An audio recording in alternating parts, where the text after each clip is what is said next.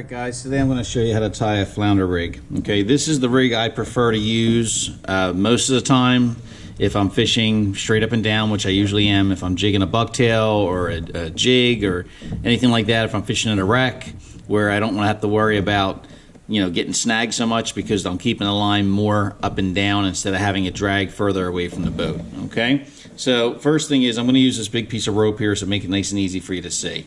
Let's assume that this end is going to go to my main line. I always use fluorocarbon. You can use mono, it's not a big deal. I prefer 20-pound test more so for the stiffness of the line.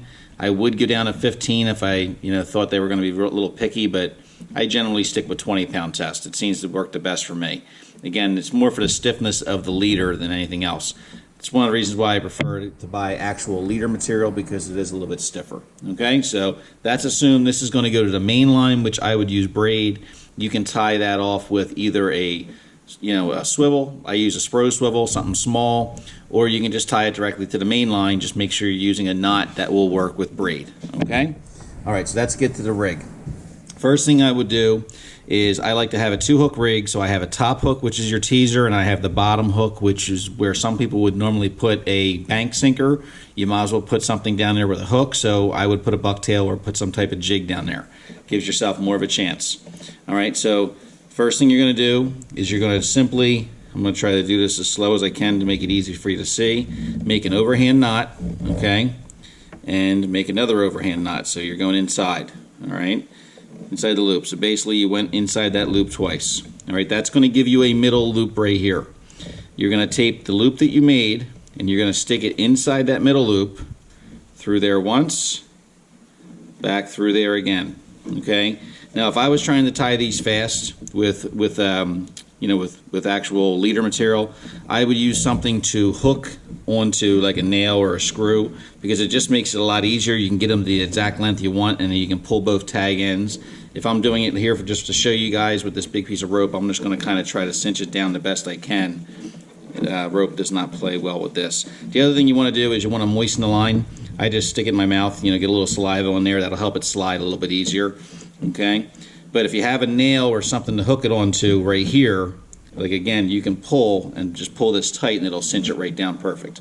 All right, so this is what your loop would end up looking like. The reason why I use this, I'm not sure what the kind of loop it's called, but the reason why I use this is because this will stick straight out off of that leader. All right, so you don't have to worry about it wrapping around, twisting. A lot of people have the problems where they twist. If you make this too long, it's going to twist on you. If you get a wind against tide, something where you're not drifting in the right direction, it's going to do that. So by keeping it around 4 inches long, it'll be perfect. 3 to 4 inches long, it stays off enough. It's not going to interfere with anything, and you're going to have a nice looking rig the whole time. Okay. All right. From this point, I would go down, about 15 to 18 inches. Okay. So I'm just going to move this down to give you some room. All right. And down here, all I'm going to do is I'm going to just take the line, and I'm just going to make a loop at the bottom. I don't like to use a swivel down here.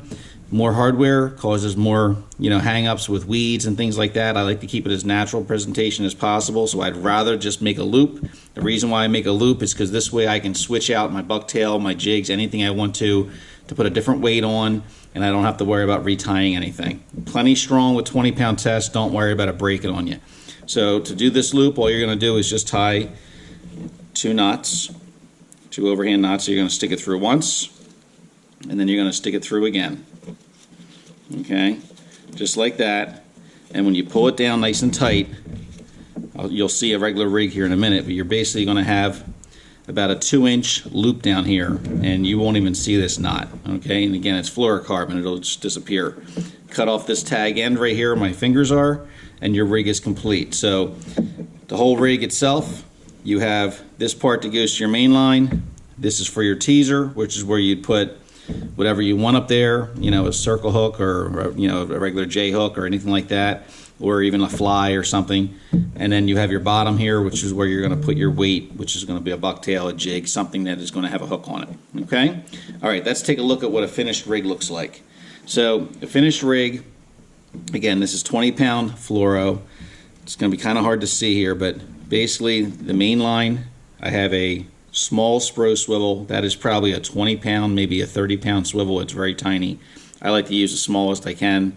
Sometimes I will tie it directly to the braid, but when I'm making more rigs like this to have them ready on the boat, I usually put a swivel. It's just easier to tie them. Go down about 8 inches or so, and that's where you'll have my first loop. Again, trying to make it to where you can see it here. All right, this is the teaser, and you can see that knot there. It is a nice tight knot. To show you how I would put a circle hook on here, all you're going to do is take the loop, all right, and grab yourself a hook. As far as the hook itself, stick it through the eye, pinch the end, stick it through the eye. All right, so it'll come out like this. Now the trick to this is you want to stick it through the hook once, twist it over, and stick it through again. That'll lock it in place. If you just stick it through once, it will slide on you a little bit. So if you stick it through twice, if you can see that when I'm cinching it down, it will lock it right in place. Okay, so there is your loop with your circle hook, which you could put Berkeley Gulp or a minnow or anything like that on there.